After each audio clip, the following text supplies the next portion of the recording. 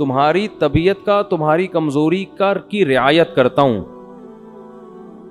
تو جب اللہ ہماری رعایت کر کے احکام دے رہا ہے تو ہمیں بھی اپنے ماتحتوں کا خیال بولو کرنا چاہیے. اللہ ہمیں بتاتا ہے کہ اصل تو میں یہ کہنا چاہتا ہوں، یہ چاہتا ہوں حکم ہو، لیکن تم نہیں عمل کر سکو گے، چلو یہ اس پر عمل کرو. تو جب اللہ انسانوں کی رعایت کرتا ہے تو انسانوں کو بھی چاہیے کہ وہ ایک دوسرے کی رعایت کرا کریں. اتنا بوجھ کسی پہ نہ ڈالیں کہ بس تیر کی طرح سیدھے چلو تم. ایسا نہیں ہو سکتا بھائی. انسان ٹیڑھا میڑھا ہے، آڑا ترچھا ہے، اس کو بالکل ہر چیز میں ایکوریٹ کرنے کی کوشش کریں گے نہ، کوئی بھی نہیں ہو سکتا. کوئی بھی کا مطلب مسجد کا امام بھی پورا سیدھا، نہ مفتی صاحب پورے سیدھے ہو سکتے ہیں، نہ مسجد کا امام ہو سکتا ہے، نہ کوئی بزرگ پورے ایکوریٹ ہو سکتے ہیں. لوگ کہتے ہیں مفتی صاحب نے اس دن بیان میں یہ بول دیا تھا، مفتی صاحب اس دن وہاں انڈا موڑ پہ بیٹھے ہوئے ٹانگ پہ ٹانگ رکھ کے چائے پی رہے تھے. یہ علماء کے بیٹھنے کا طریقہ نہیں ہوتا. اس دن مفتی صاحب نے کہہ دیا تھا بھاڑ میں جائے. چلتا ہے مارکیٹ میں سب. ہاں کچھ لوگ بیٹھے ہیں کیڑے نکالنے کے لیے. کچھ لوگ کیا، ان کا کام ہی یہی ہے کہ اس کے کیڑے جمع کر کے ایک شاپر میں لا کے پوری کیڑوں کی دکان کھولی ہوئی ہے انہوں نے.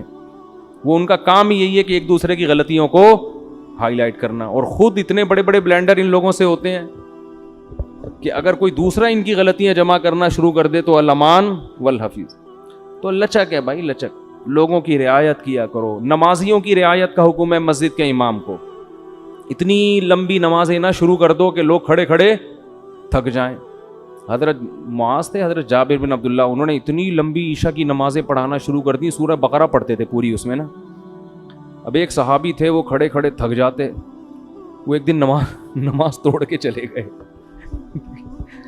اور جا کے نبی صلی اللہ علیہ وسلم سے شکایت کی کہ یہ اتنی لمبی عشاء کی نماز پڑھاتے ہیں. اچھا جب وہ گئے نماز میں تو ان کو صحابی رسول نے کہا کہ تم منافق ہو گئے ہو. تم کیا ہو گئے ہو؟ کیونکہ نماز میں تم کیا کر رہے ہو؟ شارٹ نماز چاہیے. یہ تو منافق کا دل نماز میں نہیں لگتا. تو فتویٰ دیا کہ تم کیا ہو گئے ہو؟ منافق. انہوں نے جا کے نبی صلی اللہ علیہ، حضرت معاذ بن جبل تھے، انہوں نے جا کے نبی صلی اللہ علیہ وسلم کو بتایا کہ یا رسول اللہ اتنی لمبی نماز پڑھا رہے ہو، اوپر سے مجھے فتویٰ کیا دے رہے ہیں، تم منافق ہو. تو آپ صلی اللہ علیہ وسلم نے حضرت معاذ کو بلایا. افتان انت یا معاذ، اتنا غضبناک ہوئے، اے معاذ تم لوگوں کو فتنوں میں ڈال رہے ہو نماز سے، یعنی تم تو ان کو آزمائش میں ڈال رہے ہو کہ نماز سے ان کے دل میں نماز کی نفرت پیدا کر رہے ہو. اور پھر آپ نے ان سے امامت چھین لی اور پھر تھوڑے دنوں بعد واپس امامت دے دی ان کو، یعنی تنبیہ کے لیے. تو امام کو چاہیے لوگوں کی رعایت کرے، خطیب کو چاہیے بیان میں بھی لوگوں کی رعایت کرے، ان کی مینٹل لیول سے اوپر کی باتیں نہ کرے. ایک دم 4 شادیوں پہ نہ آ جایا کرے، ٹھیک ہے نا. پہلے ان کو دوسری شادی سمجھائے، جب 6 مہینے میں یہ سمجھ میں آئے گی پھر تیسری. ہم ڈائریکٹ کیا کرتے ہیں؟ تو اس پہ لوگ کہتے ہیں یار یہ پتہ نہیں کس قسم کی باتیں کرتا ہے. تو جو جنگ میں کمانڈر ہے اس کو چاہیے وہ اپنے فوجیوں کی رعایت کرے. آپ اپنے ماتحتوں کی رعایت کرو. بیمار ہیں، ہمارے استاذ نے ایک بڑا اچھا اصول بنایا، ہم جامعۃ الرشید میں تھے، انہوں نے فرمایا کہ کوئی طالب علم اگر آ کے یہ کہتا ہے کہ میری طبیعت خراب ہے، مجھے چھٹی چاہیے، تو چھٹی اس کو فوراً دے دو. یہ تحقیق بعد میں ہوتی رہے گی کہ طبیعت واقعتاً خراب بھی ہے یا نہیں ہے. وجہ اس کی یہ کہ امکان ہے کہ ٹوپی کر رہا ہو، امکان ہے اس بات کا کہ ہو سکتا ہے جھوٹ بول رہا ہو، لیکن اس کا بھی امکان ہے کہ ہو سکتا ہے سچ بول رہا ہو. اب آپ نے بدگمانی کر کے کہ یار لگ تو رانی ہے شکل سے کہ بیمار ہے، چھٹی نہیں دی اور وہ واقعتاً ہے کیا بیمار ہے، تو کتنی مصیبت میں آئے گا کہ نہیں آئے گا. تو وہ ہوتی رہے گی تحقیق، لیکن فوراً اس کو رخصت ملنی چاہیے کیونکہ اس کا خطرہ ہے کہ واقعتاً سچ کہہ رہا ہو. تو یہ بہت اہم پوائنٹ کی باتیں ہوتی ہیں. ہم لوگ ان چیزوں کا گھروں میں خیال نہیں کرتے. اپنے ماتحتوں کے ساتھ، ملازمین کے ساتھ، ہر ایک کے ساتھ جو ہے نا یہ خیال کرنا چاہیے کہ اس کی حیثیت سے زیادہ اس کے اوپر بوجھ نہ ڈالا جائے.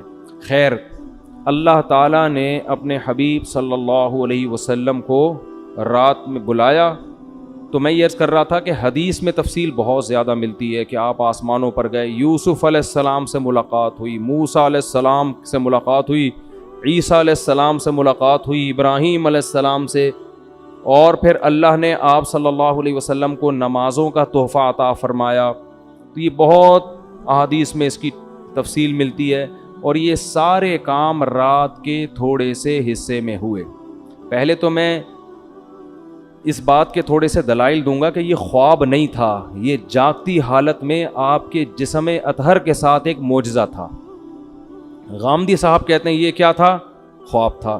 تو اب ہم غامدی صاحب کے دلائل بھی پیش کر دیتے ہیں اور پھر قرآن و سنت کے دلائل بھی. غامدی صاحب نے کہا ہے کہ رؤیا جو ہے نا عربی میں خواب کو کہتے ہیں. رؤیا کسے کہتے ہیں؟ خواب کو. جیسے سورہ یوسف میں ہے نا, وہ کیا تھا, انی رأیت 11 کوکبا, یوسف علیہ السلام نے کہا میں نے 11 ستارے دیکھے سجدہ کر رہے ہیں. تو ان کے ابا نے کہا لا تقصص رؤیا کا, اپنا یہ خواب کسی اور کو مت سنائیں. تو اس کو انہوں نے رؤیا سے تعبیر کیا ہے. کیا تعبیر کیا؟ رؤیا. تو یہی لفظ معراج کے بارے میں قرآن میں آتا ہے کہ اے نبی ہم نے آپ کے رؤیا کو, یہ جو رؤیا تھا نا, اس کو ہم نے لوگوں کے لیے ایک آزمائش بنایا ہے. تو غامدی صاحب کہتے ہیں کہ رؤیا کسے کہتے ہیں؟ خواب کو, جیسے سورہ یوسف میں. اس کا جواب یہ ہے کہ رؤیا اصل میں خواب کو نہیں کہتے, رؤیا اصل میں منظر کو کہتے ہیں, سین کو کہتے ہیں. اور خواب میں بھی ایک منظر نظر آتا ہے, اس لیے خواب پر بھی اس کا اطلاق کر دیا جاتا ہے, ورنہ اصل رؤیا کا معنی منظر, سین, کوئی بھی چیز آپ دیکھیں چاہے جاگتی حالت میں یا خواب میں.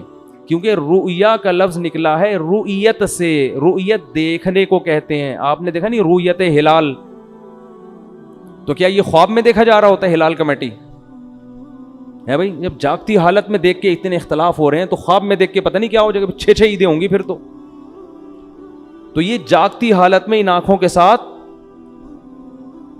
رؤیت ہلال کمیٹی نہیں ہے, رؤیت انی ارا ما لا ترون انی اخاف اللہ. قرآن میں جہاں بھی رآ یرآ کا لفظ آیا ہے دیکھنے کے معنی میں, تو رؤیا وہ چیز جو دیکھی جائے.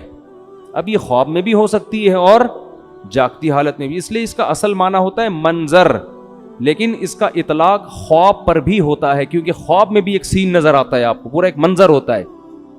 تو اب ہم دیکھتے ہیں کہ قرآن میں جو نبی کے لیے معراج کے لیے رؤیا کا لفظ استعمال ہوا ہے وہ خواب کے معنی میں ہے یا منظر کے معنی میں, دونوں احتمال اس میں ہیں. تو ہم قرآن ہی سے فیصلہ کروا لیتے ہیں کہ وہ حقیقت تھی یا بولو خواب تھا. قرآن میں 2 واضح قرینے, اگر ہم حدیث کو ہٹا دیں, حدیث سے تو پتہ چلتا ہے کہ یہ خواب نہیں تھا. حدیث سے تو صاف کہ براق پہ بیٹھ کے آپ جا رہے ہیں, خواب میں ان تکلفات کی کیا ضرورت ہے؟ خواب میں آپ امریکہ جاؤ ایسے ہی پہنچ جاتے ہو بغیر جہاز کے بھی. یہ جو پورا براق آ رہا ہے, جبریل آ رہے ہیں, جایا جا رہا ہے, پھر وہاں امامت ہو رہی ہے, حدیث سے تو صاف پتہ چلتا ہے. لیکن ہم قرآن میں بھی دیکھتے ہیں کہ 2 واضح قرینے ہیں جن سے پتہ چلتا ہے کہ یہاں رؤیا خواب کے معنی میں نہیں ہے. سب سے پہلے اس رؤیا کے آگے پیچھے جو آیت ہے وہ خود ہی بتا رہی ہے. فرمایا وما جعلنا الرؤيا التي اريناك الا فتنة للناس والشجرة الملعونة في القرآن, کہ ہم نے اس رؤیا کو بھی اور قرآن میں جو ملعون درخت کا تذکرہ ہوا ہے ان دونوں چیزوں کو لوگوں کے لیے آزمائش بنایا. کیسے؟ ملعون درخت ہے شجرہ زقوم.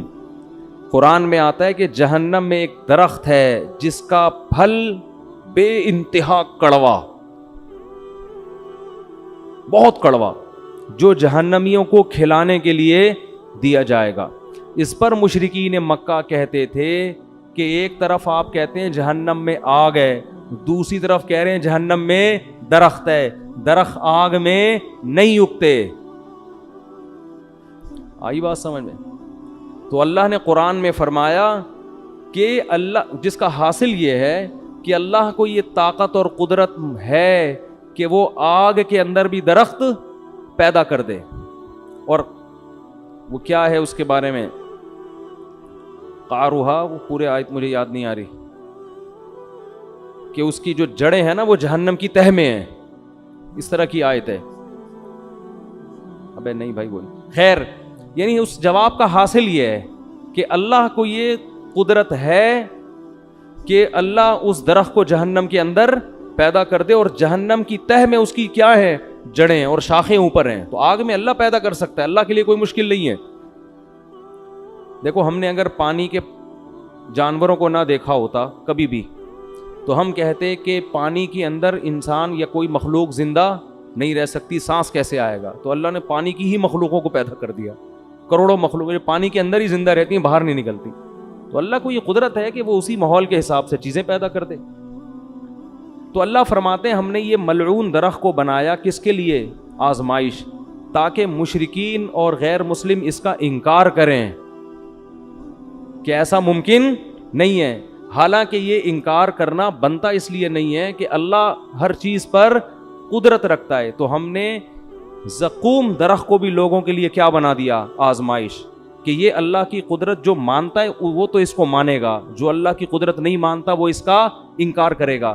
تو اسی کے ساتھ اللہ نے نبی کی معراج کا بھی تذکرہ کیا کہ ہم نے نبی کو جو منظر دکھایا اس کو بھی لوگوں کے لیے کیا بنایا؟ آزمائش. کیا مطلب؟ جو اللہ کی قدرت کو مانے گا وہ تو مانے گا اس واقعے کو، جو کہتے ہیں اللہ ایسا نہیں کر سکتا وہ اس واقعے کا انکار کر دے گا. خواب اگر یہ ہوتا تو خواب کو ماننا کوئی اچھمبے کی بات نہیں ہے، یہ فتنہ تھوڑی بنتا. نبی کہتے ہیں مجھے خواب آیا ہے، یہ ہوا ہے، تو ابو جہل بھی کہتے تھا بھائی خواب تو کسی کو بھی کچھ بولو نا بھائی آ سکتا ہے، خواب میں تو آپ کہیں بھی جا سکتے ہیں، کوئی بھی انکار نہ کرتا. لیکن جیسے وہ کہہ رہے تھے عقلاً یہ ممکن نہیں ہے کہ جہنم میں درخت پیدا ہو جائے، ایسے ہی عقلاً یہ ممکن نہیں ہے کہ کوئی انسان زندہ اپنے جسم کے ساتھ رات کے تھوڑے سے حصے میں مسجد حرام سے مسجد اقصیٰ اور آسمانوں کی سیر کر کے آ جائے. اٹ isn't possible، یہ عقلاً ممکن نہیں ہے. تو اللہ کہتے ہیں دونوں چیزیں تمہارے لیے آزمائش ہیں. خدا کی قدرت کو مانو گے تو دونوں پہ یقین کرو گے، نہیں مانو گے تو دونوں کا انکار کرو گے. تو یہ بہت بڑی دلیل ہے کہ یہاں رؤیا سے مراد معراج میں حقیقت ہے جسم کے ساتھ، خواب اس سے مراد نہیں ہے، ورنہ یہ آزمائش نہ ہوتا. دوسرا قرآن میں واضح اشارہ کیا، وہ تو صراحت ہے. سورہ بنی اسرائیل شروع ہو رہی ہے، سبحان الذی، پاک ہے وہ ذات، اسرا بعبدہ، جو اپنے بندے کو رات کے تھوڑے سے حصے میں لے گیا،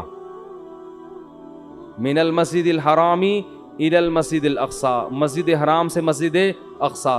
یہاں اللہ نہیں کہہ رہے کہ میں نے خواب میں لے گیا ہوں. میں جب میں کہتا ہوں کہ میں رات کو کے تھوڑے سے حصے میں آپ کو یہاں سے وہاں لے گیا، تو اس کا مطلب کیا ہوتا ہے؟ لے کر گیا یا خواب دکھایا ہے بھائی؟ آپ کہہ رہے ہو کہ بھائی دیکھو میں تمہیں اپنے ساتھ ملیشیا لے کر گیا تھا اور میں نے تمہیں وہاں گھمایا اور پھرایا، پھر میں تمہیں وہاں تم دبئی کی سیر. اب کوئی آدمی کی نئی نئی شادی ہوئی ہے، فرض کر لو، بیگم کو ہنی مون کے لیے مری لے کر گیا، بعد میں پھڈا ہو گیا، بیگم کو کہہ رہے دیکھو میں تمہیں اپنے ساتھ اس دن مری لے کر گیا تھا، پھر میں تمہیں نتھیا گلی کی میں نے تمہیں سیر کرائی، پھر میں وہاں سے ہم نے ٹن مارا ادھر کی طرف، ہم مڑے سوات مردان کی مالم جبا ہے کیا ہے، بہرحال جو بھی ہے، وہاں سے ٹن مار کے اسلام آباد سے ہم اگلی فلائٹ سے واپس آئے. کوئی بندہ وہاں بیٹھا ہوا کہہ رہا ہے یار آپ بھابھی سے اتنی محبت کرتے ہو؟ ہاں جی میں تو بہت محبت کرتے، بہت اچھا خواب دکھایا آپ نے بھابھی کو. آپ بولو گے تمہارا دماغ خراب ہو گیا، میں خواب کی باتیں کر رہا ہوں، میں کہہ رہا ہوں میں لے کر گیا. تو جب کوئی عام آدمی یہ بات کرتا ہے، دوسرا اس کو خواب کہے گا، تو آپ کو غصہ آئے گا کہ نہیں آئے گا؟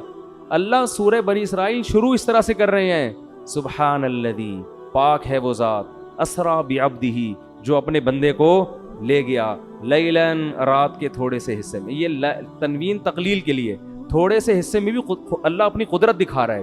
خواب کا تذکرہ ہوتا تو نہ رات کہنے کی ضرورت تھی، نہ رات کا تھوڑا حصہ کہنے کی ضرورت تھی. سمجھ میں نہیں آ رہی بات؟ دوسری بات، تیسرا قرینہ، اللہ اس آیت کو شروع کر رہا ہے سبحان الذی، ہر عیب سے پاک ہے وہ ذات. اس میں اللہ اپنی قدرت بتا رہا ہے کہ تمہیں عجیب سا لگے گا کہ رات کے تھوڑے سے حصے میں کوئی بندہ مسجد حرام اور مسجد اقصیٰ سے ہو کے واپس بھی آ جائے. اٹ isn't possible، یہ ممکن نہیں ہے. تو اللہ آیت شروع کر رہا ہے سبحان الذی، اللہ ہر عیب سے پاک ہے. وہ عاجز نہیں ہے کہ کچھ کرنا چاہے تو اس کو اسباب کے تانے بانے جوڑنے پڑے, ٹائم دیکھنا پڑے, بھائی اتنے ٹائم میں تو یہ ممکن نہیں ہے, اس لیے اللہ عیب سے پاک ہے. تو یہ تیسرا قرینہ ہے. خواب ہوتا تو اللہ سبحان اللہ کا ذکر نہ کرتا. عجیب چیز کو دیکھ کے ہم کہتے ہیں نا سبحان اللہ, اچھی کہو کہتے ہیں, وہ کون پنجاب میں جب تقریر ہوتی ہے کہتے ہیں اچھی کہو سبحان اللہ, تو انہوں نے کوئی بڑا ٹیکنیکل پوائنٹ مارا ہوتا ہے. خوابوں کی باتوں پہ کوئی اتنا زیادہ نہیں ہوتا سبحان اللہ, ٹھیک ہے نا. تو اللہ فرما رہے ہیں کہ یہ 3 واضح قرینے قرآن مجید میں, لِنُرِيَهُ مِنْ آیَاتِنَا, تاکہ ہم محمد صلی اللہ علیہ وسلم کو اپنی نشانیاں بتائیں. تبھی تو مشرکین نے انکار کر دیا, یہ نہیں ہو سکتا. اگر خواب کی بات ہوتی تو وہ انکار نہ کرتے. پھر جب انکار کیا تو اللہ فرماتے ہم نے اس واقعے کو آزمائش بنایا. باقی اس میں حکمت کیا تھی؟ یہ معجزہ اللہ نے کسی اور پیغمبر کو نہیں دیا. ہر پیغمبر کو الگ قسم کے معجزے ملتے ہیں. حضرت عیسیٰ علیہ السلام کو جو معجزے ملے نا, وہ کہا جاتا ہے کہ سب سے زیادہ معجزے اللہ نے حضرت عیسیٰ کو دیے ہیں. مردے کو زندہ, کوڑ کے مریض کو شفا, پیدائشی نابینے کی آنکھیں واپس, مٹی کا پرندہ بنا کے پھونک ماری, پھڑ پھڑ پھڑ کر کے اڑ رہا ہے. یہ بہت ہی عجیب قسم کے معجزے. علماء کہتے ہیں کہ حضرت عیسیٰ کے دور میں علم طب جو تھا نا, میڈیکل سائنس, وہ اس وقت کافی عروج پہ پہنچ چکی تھی. حکمت کا علم, حکیم, بڑی بڑی پیچیدہ بیماریوں کے علاج دریافت ہو گئے تھے. لیکن ساری دنیا کے سارے حکیم کہتے تھے کوڑ کے مریض کا علاج ممکن نہیں ہے. ایسی کوئی دوا نہیں ہے کہ پیدائشی نابینا کی آنکھیں آ جائیں, بعد میں بینائی جائے تو آ سکتی ہے, جو پیدا ہی نابینا ہوا ہو اس کی آنکھیں نہیں آ سکتی. ایسی کوئی دوا نہیں ہے کہ مردے کو کھلاؤ اور اس میں جان آ جائے. نہیں آ رہی بات سمجھ؟ جو مر گیا وہ ختم, فینش, اب ٹھیک نہیں ہو سکتا. مٹی کے بنے ہوئے پرندوں میں جان, کوئی چورن چٹنی ایسی نہیں ہے کہ پتلے میں ڈالیں اور وہ اڑنا شروع ہو جائے. نا نا نا. حضرت عیسیٰ کو جو اللہ نے معجزے دیے نا, وہ تمام میڈیکل سائنس کو کیا کر رہے تھے؟ چیلنج, تاکہ لوگوں کو یقین آ جائے کہ یہ کوئی حکیم نہیں ہے, بلکہ یہ کام اللہ کے سوا کوئی نہیں کر سکتا, یہ اللہ ہی کر رہا ہے ان کے ہاتھ پہ. اگر علم طب نے ترقی نہ کی ہوتی نا, پھر حضرت عیسیٰ کوڑ کے مریض کو ٹھیک کرتے. لوگ کہتے ہیں یار لگتا ہے کہ یہ کوئی ماہر, معاذ اللہ کوئی حکیم ہے یہ, جنہوں نے کوڑ کے مریض کو چپکے سے دوا کھلائی ہے اور وہ بندہ کیا ہو گیا؟ ٹھیک. لیکن علم طب نے اتنی ترقی کر لی تھی کہ میڈیکل سائنس کہتی تھی کہ اسباب کی دنیا میں یہ ممکن, بولو نا, نہیں, یہ نہیں ہو سکتا. تو اللہ نے معجزے اسی حساب سے دیے آپ کو. حضرت موسیٰ کے دور میں جادو کا زور تھا, یہ سانپ بنا دیا, یہ یوں کر دیا, ایسے ایسے کرتب, ٹھیک ہے نا. تو وہ لوگ جادو کو سمجھتے تھے کہ جادو کیا ہوتا ہے. اللہ نے حضرت موسیٰ کو جو معجزے دیے نا, وہ والے معجزے جو جادوگر دکھایا کرتے تھے, اس طرح کے جادو. گریبان میں ہاتھ ڈالا, ہاتھ کیا ہو رہا ہے؟ سورج کی طرح چمک رہا ہے. یہ جادوگروں کے اس زمانے میں کرتب ہوا کرتے تھے. لاٹھی کو کیا بنا رہے ہیں؟ سانپ. اللہ نے کہا جادوگر بھی یہ کام کرتا ہے, آپ بھی کرو. لیکن جادوگر جب یہ کرتا ہے تو نظر کا دھوکہ ہوتا ہے, آپ جب کرو گے تو سچی مچی کا ہو جائے گا.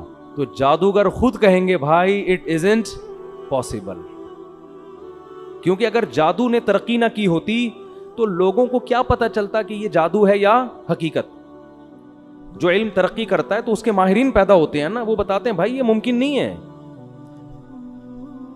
اگر عیسیٰ کو موسیٰ والے معجزے دیے جاتے, لاٹھی کو سانپ بنانے والے, تو اس وقت جادو کا ان لوگوں کو اتنا نہیں پتا تھا. وہ کہتے یار ہو سکتا ہے یہ جادو, یہ بھی جادو, یہ بھی جادو. لیکن جادو اتنی ترقی کر چکا تھا کہ لوگ جانتے تھے کہ جادوگر تو لاٹھیوں کو سانپ بناتے ہیں, بنتا نہیں ہے, نظر آتا ہے. جب وہ گریبان میں ہاتھ ڈال کے نکالتے ہیں روشن نظر آتا ہے, ہوتا نہیں ہے. ادھر تو بھائی سچی مچی کا ہو رہا ہے بھائی, یہ کھوپڑی میں آنے والی بات نہیں ہے, یہ تو ممکن ہی نہیں ہے. تبھی اللہ نے حضرت موسیٰ کا مقابلہ کس سے کرا دیا؟ جادوگروں سے. اور ہزاروں جادوگروں نے جب لاٹھیوں کو پھینکا ہے, یخیل الیہ من سحرہم انہا تسعی, قرآن کہتا ہے پبلک کو دیکھنے میں ایسا لگا, حقیقت میں نہیں تھی وہ, دیکھنے میں ایسا لگا ان کے جادو نے نا آنکھوں کو ایسے پردے ڈال دیے تھے, پبلک کو اور حضرت موسیٰ کو ایسا لگا کہ یہ سانپ ہے جو میری طرف دوڑ رہا ہے. اللہ خود قرآن میں کہتے ہیں یخیل, خیالی دنیا میں تھا, حقیقت میں ایسا نہیں تھا. ادھر موسیٰ علیہ السلام کو اللہ نے کہا آپ لاٹھی زمین پہ ڈالیں. جب حضرت موسیٰ نے ڈالی ہے فَإِذَا هِيَ ثُعْبَانٌ مُبِينٌ, واقعی اژدہا بن گئی. تبھی تو قرآن کہتا ہے کہ جادوگر ایک سیکنڈ بھی نہیں ٹھہرے, فوراً سجدے میں گر گئے. یہ نہیں کہ انہوں نے مشورہ کیا ہو کہ بھائی یہ دیکھو ذرا یہ بھی جادو ہے, ہمارا بھی جادو, تو ایکچولی ذرا ہم غور کرتے ہیں, ایک کانفرنس بلاتے ہیں, ہمارا آپس میں اس میں مذاکرہ ہوگا کہ اس کا لیبارٹری ٹیسٹ کروائیں کہ یہ سانپ واقعی سچی مچی کا ہے یا جھوٹی موٹی کا ہے کیا یہ. قرآن کہہ رہا ہے نا نا نا نا نا, فَأُلْقِي, دو لفظ قرآن میں بلاغت کے, ایک فا اور ایک القیا. فا کا مطلب فوراً, ادھر لاٹھی سانپ بنی ہے, ادھر جادوگر فوراً. اور قرآن کہہ رہے سجدے میں گرے نہیں, القیا, گرا دیے گئے. گرا دیے گا کیا مطلب, اس کو کہتے ہیں ریفلیکٹ ایکشن. بعض دفعہ سوتے میں استری کے قریب آپ کا ہاتھ آتا ہے اور لاشعوری طور پر پیچھے ہٹ جاتا ہے, ہوتا ہے نا ایسے. یار ایک تو آپ لوگ کو اب سائنس اور ٹیکنالوجی بھی سکھانی پڑے گی. دیکھو دھماکہ ہوتا ہے بعض دفعہ, ہم اچھلتے پہلے ہیں سوچتے بعد میں کہ ہوا کیا ہے, ایسا ہی ہے کہ نہیں ہے. اللہ نے ہمارے اندر کچھ لاشعوری ایسی سینس رکھی ہے, وہ ہمیں حادثات میں کام آتی ہے. کیونکہ حادثے جب ہو رہا ہو تو پہلے سوچ کے پھر آپ عمل کرو تو ٹائم بولو نکل چکا ہوتا ہے. بعض دفعہ ٹائم کیا ہو چکا ہو. دیکھو ایک کتا آپ کے پیچھے آ رہا ہے تو آپ سوچتے ہو, پہلے تو یہ سوچتے ہو میرے ہی پیچھے آ رہا ہے, کسی اور کے پیچھے تو نہیں جا رہا. سوچنے کا ٹائم ملتا ہے نا آپ کو, کیونکہ جیسے کتا بھاگ سکتا ہے آپ بھی بھاگ سکتے ہو. آپ سوچتے ہو, پھر آپ غور کرتے ہو نہیں یار یہ میری طرف ہی آ رہا ہے, کتنی اسپیڈ سے آ رہا ہے, اسپیڈ چیک کرتے ہو آپ اس کی. پھر آپ یہ سوچتے ہو کہ اس سے بچنے کا میرے پاس بھاگنے کے علاوہ بھی کوئی راستہ ہے. اگر بھاگنے کے علاوہ راستہ ہے تو مجھے تگڑ بھاگنے کی کیا ضرورت ہے. تو آپ کا دماغ کام کرتا ہے, آپ پتھر اٹھا لیتے ہو کہ یار پتھر سے ماروں گا بھاگ جائے گا, تو مجھے بھاگنے کی ٹینشن لینے کی ضرورت نہیں ہے.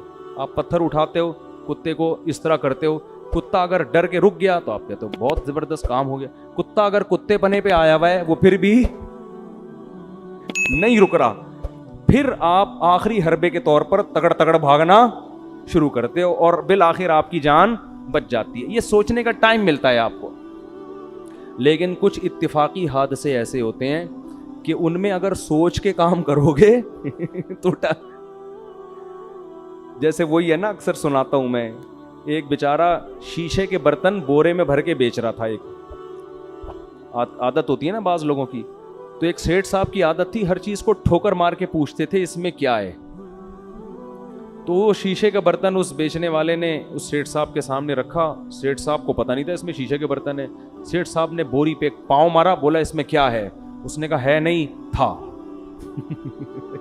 اب نہیں ہے. تو یہ کچھ ایسی چیزیں ہوتی ہیں جن میں سوچنے کا ٹائم, بھائی اس میں ٹھوکر مار کے پوچھو گے تو اب نہیں ہے, پوچھ کے ٹھوکر مارتے آپ. تو کچھ کام تو ایسے ہوتے ہیں سوچ کے آپ بھاگو, کچھ ایسے ہوتے ہیں کہ بھاگنا پہلے پڑتا ہے سوچنا بعد میں. تو یہ وہ حادثے ہوتے ہیں جس میں اللہ نے آپ کو سوچنے کا اختیار دیا ہی نہیں ہے, قدرت خود آپ کو بچنے کا موقع دیتی ہے, یعنی بچا لیتی ہے. جیسے اچانک جب دھماکہ ہوتا ہے تو ہم اچھلتے پہلے ہیں سوچتے بعد میں. قدرت ہمیں اچھالتی ہے کہ ابے بھاگ یہاں سے, ٹھیک ہے نا, کچھ ہوا ہے. یا کتا بہت قریب آ کے ایک دم بھونکنا شروع کر دے تو پھر آپ بھاگتے پہلے ہو سوچتے بعد میں, اور خود ارادے سے نہیں بھاگتے. لاشعوری طاقت آپ کو کیا کرتی ہے, بھگا دیتی ہے. کوئی جھاڑی میں چھپا بیٹھا ہو, آپ قریب سے گزرو, وہ ایک دم بھو کر کے جب آواز دیتا ہے تو آپ بھاگتے پہلے ہو سوچتے بعد میں. یہ گاڈ گفٹڈ کچھ چیزیں اللہ نے انسان میں رکھی ہیں. یہ اس لیے رکھی ہیں کہ حادثوں ایمرجنسی جب نافذ ہونا تو آپ کو سوچنا نہ پڑے. سمجھ رہے ہیں, پہلے کام ہو جائے پھر بعد میں سوچتے رہو. ابھی تو قدرت چاہ رہی ہے اس جگہ سے آپ ہٹ جاؤ ورنہ مر جاؤ گے آپ. بالکل یہی کام جادوگروں سے ہوا ہے. قرآن کہتا ہے کہ جب انہوں نے رسیوں کو, جب موسیٰ نے لاٹھی کو پھینکا اور وہ سانپ بنی ہے تو جادوگر سوچ کے سجدے میں نہیں گرے, گرے پہلے ہیں سوچا بعد میں. کیوں گرے پہلے؟ ان کے لاشعور میں یہ بات بیٹھ گئی بھائی یہ تو پیغمبر ہے, یہ تو پاسبل ہی نہیں ہے کہ لاٹھی سانپ بن جاؤ. بھائی پہلے سجدہ کرو, بعد میں سوچتے رہیں گے کہ یہ سجدہ صحیح کیا یا غلط کیا. نہیں آ رہی بات. یہ قرآن کی بلاغت ہے. جب موسیٰ نے لاٹھی کو پھینکا ہے, قرآن کہہ رہا ہے فَأُلْقِي, جادوگروں کو لاشعوری طاقت نے سجدے میں گرا دیا. یہ لاشعوری طاقت کون تھی؟ یہ وہی جو ہمیں دھماکوں کے وقت ہوشیار کر دیتی ہے, ہم ہل جاتے ہیں اچانک. تو جادوگروں نے جب یہ منظر دیکھا نا کہ بھئی یہ لاٹھی تو حقیقت میں سانپ بن گئی, یہ تو عملاً ممکن ہے ہی نہیں, یہ تو اللہ کا پیغمبر ہے, یہ اللہ ہی کر سکتا ہے, یہ جادو نہیں ہے. اتنا انسپائر ہوئے کہ قرآن کہہ رہا ہے کہ بغیر سوچے سمجھے سجدے میں گر گئے اور بغیر سوچے سمجھے کہنے لگے آمنا برب العالمین رب موسیٰ و ہارون, ہم رب العالمین جو موسیٰ اور ہارون کا رب ہے اس پر ایمان لے آئے. اب اس کے بعد سوچ رہے ہیں کہ ہمارا فیصلہ صحیح تھا یا غلط, یعنی اس کے انجام کیا ہے. تو سوچنے کے بعد ان کو یقین ہو گیا کہ ہم نے فیصلہ کیا کیا ہے, صحیح. اب فرعون دھمکیاں دے رہا ہے کہ تمہاری نورا کشتی تھی اور میں تمہارے ہاتھ پاؤں کاٹ کے لٹکا دوں گا. انہوں نے کہا لن نؤثرک علی ما جاءنا من البینات, اے فرعون موسیٰ کے برحق ہونے کے جو ہم نے دلائل دیکھ لی ہیں نا, اب ہم تیری بات پر یقین نہیں کریں گے. فقضی ما انت قاض, تو ہاتھ پاؤں کاٹنے کی بات کرتا ہے, جو تیرے بس میں ہے وہ کر لے. چند سیکنڈ کا ایمان ہے مگر کتنا پاورفل. اور فرعون کو کب سے دعوت دی جا رہی ہے, کم وقت کی سمجھ میں بات نہیں آ رہی. ان کو یقین ہو گیا کیونکہ ابھی تک نشانی نہیں دیکھی تھی نا, چند سیکنڈ کا ایمان ہے اتنا تگڑا. اور پھر فرعون کو کیا کہہ رہے ہیں, انما تقضی هذه الحیات الدنیا, تو جتنی سزا دے گا اسی دنیا میں دے گا نا, تو اس دنیا میں زیادہ زیادہ کیا کر لے گا, آگ میں ڈال دے گا, قتلے بنا دے گا, جیل میں ڈال دے گا, عمر قید کی سزا دے دے گا, تو 25-30 سال کے بعد مرمرا کے کیا ہو جائیں گے, ختم.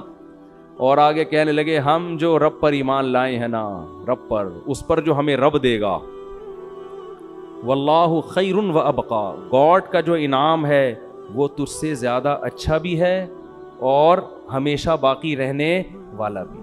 کوانٹٹی کے اعتبار سے بھی اچھا, کوالٹی کے اعتبار سے بھی اچھا ہے. تو بارگیننگ ہو رہی ہے, ٹھیک ہے نا. تو اگر رب سے زیادہ دے سکتا ہے تو بات کر, ظاہر ہے وہ تو دے نہیں سکتا. فرعون نے ہاتھ پاؤں کاٹ کے لٹکا دیا. تو اللہ نے یہ بھی دکھا دیا کہ نورا کشتی نہیں ہے, کیونکہ نورا کشتی میں دونوں کے مفاد ہوتے ہیں, ایک قتل ہونے کے لیے تیار نہیں ہوتا. اتنی واضح نشانیاں فرعون کو اللہ نے دکھا دی کہ دیکھ جادوگروں نے گواہی بھی دے دی ہے اور اپنی قربانی سے یہ بھی ثابت کر دیا کہ یہ نورا کشتی نہیں ہے. لیکن فرعون کی کھوپڑی, کیونکہ دنیا کے نشے میں جب انسان آتا ہے نا, شہوت پرستی میں, جو آدمی زنا کے قریب جا رہا ہو نا, اسے 1000 سمجھاؤ آپ, 1000 دفعہ ہو کہ یہ حرام ہے, لیکن وہ پھر بھی کیا کرتا ہے, زنا میں مبتلا ہوتا ہے. تو یہ گناہ ہے ہی ایسی برباد چیز, انسان کو اندھا کر دیتی. خیر جلدی سے بات کو سمیٹتا ہوں. تو موسیٰ علیہ السلام کو اللہ نے جو معجزے دیے وہ کس حساب سے, جادوگروں کو سمجھ میں آ جائے. عیسیٰ علیہ السلام کو میڈیکل سائنس کے اعتبار. داؤد علیہ السلام کا دور تھا حکومت کا, بڑی بڑی جنگیں ہو رہی تھیں اس وقت, لڑائیوں کا دور تھا. اللہ نے ایسے معجزے دیے آپ کو جو جنگوں میں آپ کے کام آئے, لوہے کو پگھلا دیا آپ کے ہاتھوں میں, اس طرح سے. خیر تو ہمارے نبی کو جو معجزے دیے ہیں نا, وہ قیامت تک کے حساب سے وہ آپ کے حساب سے سوٹیبل ہیں. ایک معجزہ تو قرآن دیا, کیونکہ یہ دور ہے ایجوکیشن کا, تعلیم کا. تو قرآن کا جو معجزہ ہے, قرآن نے دعویٰ کیا اس جیسی کتاب لے کر آؤ. کتابوں کا دور ہے نا, تو قرآن نے کیا کہا, ایک شخص جو نہ لکھنا جانتا ہے نہ پڑھنا جانتا ہے, ایسی کتاب لے کر آتا ہے جس کے مضمون اتنے بہترین کہ ایسے اخلاقی مضمون آپ کو دنیا کی کسی کتاب میں نہیں ملیں گے. دلوں پر ایسا راج کرنے والی کتاب, دنیا میں سب سے زیادہ پڑھی جانے والی, سب سے زیادہ سنی جانے والی, جس کو پڑھ کے رونے والے سب سے زیادہ, جس کو سن کے رونے والے سب سے زیادہ, بغیر سمجھے بھی پڑھی جاتی ہے, بغیر سمجھے بھی سنی جاتی ہے. لئن اجتمعت الانس والجن علی ان یاتوا بمثل ھذا القرآن, ساری دنیا کے انسان جنات جمع ہو جائیں, لا کے دکھائیں, نہیں لا سکتے.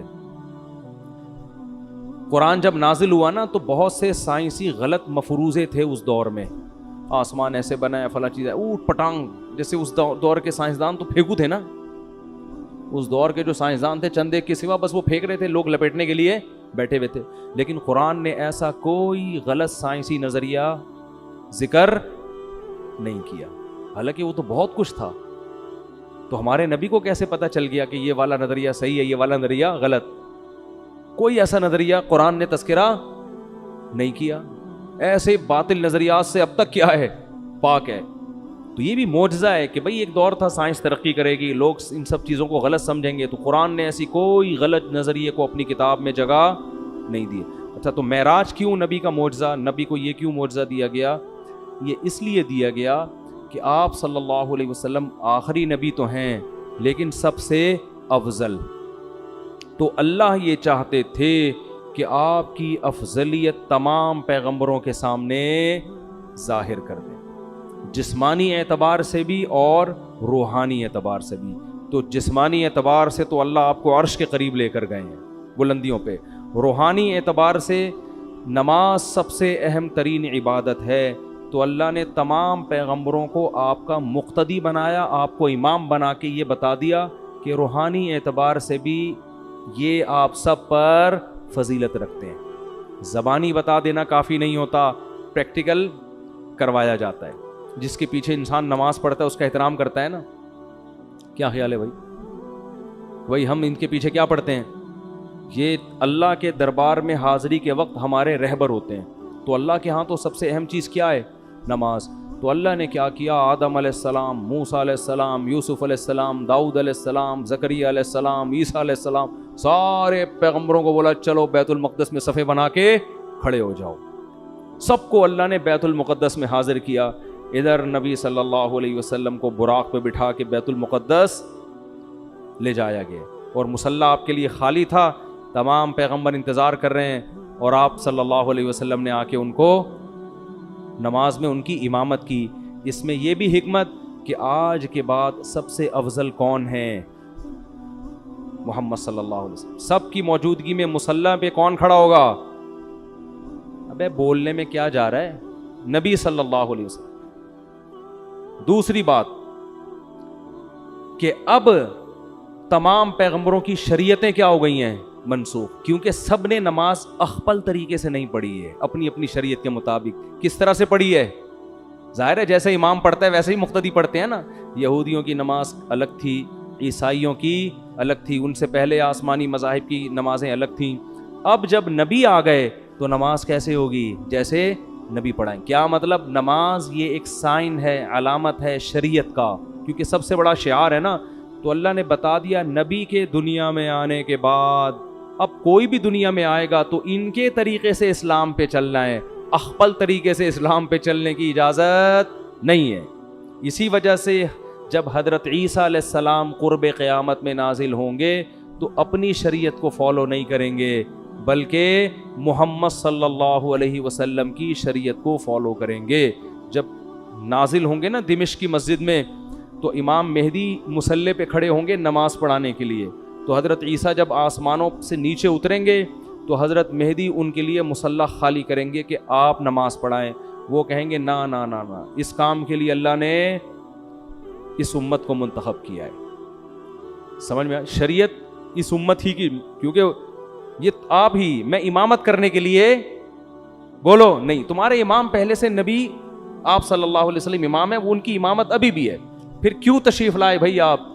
سوال پیدا ہوتا ہے, پھر آپ کیوں تشریف لائیں جب آپ نماز بھی نہیں پڑھا رہے ہیں بھائی, نماز اس امت کے پیچھے پڑھ رہے ہیں, تو پھر آپ تشریف, سوال پیدا ہوتا ہے کہ نہیں ہوتا, کیوں لائے؟ تو وہ جواب میں کہیں گے کہ میں دنیا میں دین کی دعوت کو لے کر آیا تھا, میں نے ہزاروں درجنوں معجزے دکھائے, مجھ پر اہل کتاب ایمان لائے, اور یہودیوں نے مجھ سے دشمنی کر کے اپنے خیال کے مطابق مجھے قتل کرنے کی کوشش کی. اب یہودی میرا تو دشمن ہے, اور اسلام کا بھی سب سے بڑا دشمن کون ہے؟ یہودی. تو یہ ہم دونوں کا مشترک دشمن ہے. تو میں اب اس امت کی قیادت کروں گا یہودیوں سے قتال کرنے میں. سمجھ میں نہیں آ رہی تو جیسے چل رہے ہیں ویسے ہی چلتے رہیں. میں جب سبق پڑھاتا ہوں طلبہ سے کہتا ہوں سمجھ میں آ رہی, وہ کہہ رہے نہیں, میں کہہ رہا ہوں باقی دنیا میں ساری باتیں سمجھ میں آ گئی ہیں آپ لوگوں کو؟ کہتے ہیں نہیں ہے. تو چلو ایک اور بات سمجھ, کیونکہ ہم 3 دفعہ سمجھائیں گے, اس کے بعد ہمارے پاس کھوپڑی نہیں ہے کہ سارے دن ایک ہی چیز سمجھاتے رہیں, ٹھیک ہے نا. تو میرا اسٹائل ہے پڑھانے کا سبق، طلبہ سے کہتا ہوں ایک دفعہ سمجھا دیا، 2 دفعہ پھر بھی نہیں سمجھ میں آیا تو میں ان سے کہتا ہوں باقی ساری چیزیں سمجھ میں آ گئی ہیں؟ یعنی ساری چیز سمجھ میں نہیں آئی، چلو ایک اور چیز ایسی ہے جو سمجھ میں نہیں ہے۔ جب باقی چیزیں سمجھ میں نہ آنے سے کچھ نہیں ہو رہا، لائف آپ کی نیچرل بڑے آرام سے گزر رہی ہے، تو ایک اور چیز بھی اسی میں شامل کر لو۔ تو خام خام ایک ہی چیز کو سمجھا کے دماغ خراب نہیں کرنا چاہیے۔ بھی کل کسی نے مضمون بھیجا 4 شادیوں کے خلاف، وہ میں نے پڑھا، اس نے دلائل دیا، میں نے کہا اس کو اپنے پاس رکھ لو، اب ہمارے پاس فالتو کھوپڑی نہیں ہے، ان باتوں کے 100 دفعہ جواب دے چکے ہیں، پھر وہی کھوپڑی وہی گھما رہے ہیں، وہی۔ یہ میں نے کہا یہ سمجھنے والے لوگ نہیں ہے۔ خیر 4 شادیاں پتہ نہیں کہاں سے آ گئیں، جلدی سے بات کو سمیٹ کے ختم کرتا ہوں۔ تو ایک حکمت کیا تھی؟ جسمانی معراج اور روحانی معراج، یہ بتانا کہ اب سب سے افضل کون ہے، یعنی عملاً اس کو کر کے دکھانا، صرف بتانا کافی نہیں ہے، پریکٹیکل کر کے دکھایا کہ سب سے افضل کون ہے۔ اب دیکھو حضرت موسیٰ علیہ السلام اگر کہیں کہ میں سب سے افضل ہوں تو پھر ان کے امتی کہیں گے پھر معراج کی رات میں مصلی پہ آپ کیوں نہیں آئے؟ اگر یوسف علیہ السلام کہے میں سب سے افضل ہوں تو سوال پیدا ہوتا ہے پھر معراج کی رات پہ نماز آپ نے کیوں نہیں پڑھائی؟ تو اللہ نے ایک عمل سے ثابت کر دیا۔ حدیث میں آتا ہے لو کان موسیٰ حیا لما وسعہ الا اتباعی، اگر موسیٰ کلیم اللہ جو بار بار کوہ طور پہ جایا کرتے تھے، جن کا ذکر اللہ نے قرآن میں سب سے زیادہ کیا، جن کو سرگوشیوں کے لیے اپنے قریب کیا، جن کو پوری کتاب ایک ہی دفعہ میں پکڑا دی گئی، لیکن نبی نے فرمایا ان تمام فضائل کے باوجود اگر موسیٰ زندہ ہوں، اگر اس وقت موسیٰ زندہ ہوتے، لما وسعہ الا اتباعی، تو میری اتباع کیے بغیر ان کی نجات ممکن نہیں تھی، وہ فالو اسلام ہی کو کریں گے۔ اسی وجہ سے علماء کہتے ہیں حضرت عیسیٰ علیہ السلام آئیں گے نا تو ہمارے ہی شریعت کو فالو کریں گے۔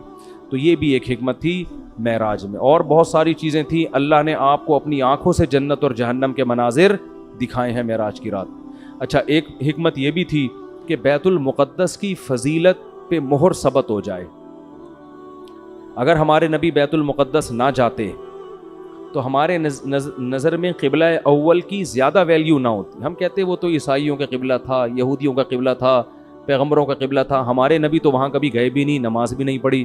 تو اللہ نے عملاً آپ کو وہاں لے جا کے نماز پڑھوائی ہے، تاکہ ہم جب جائیں بیت المقدس تو وہاں نماز پڑھ کے ہمیں اطمینان ملے کہ یہ وہ مقدس جگہ ہے جہاں ہمارے حبیب صلی اللہ علیہ وسلم کو بھی نماز عملاً پڑھوائی گئی ہے۔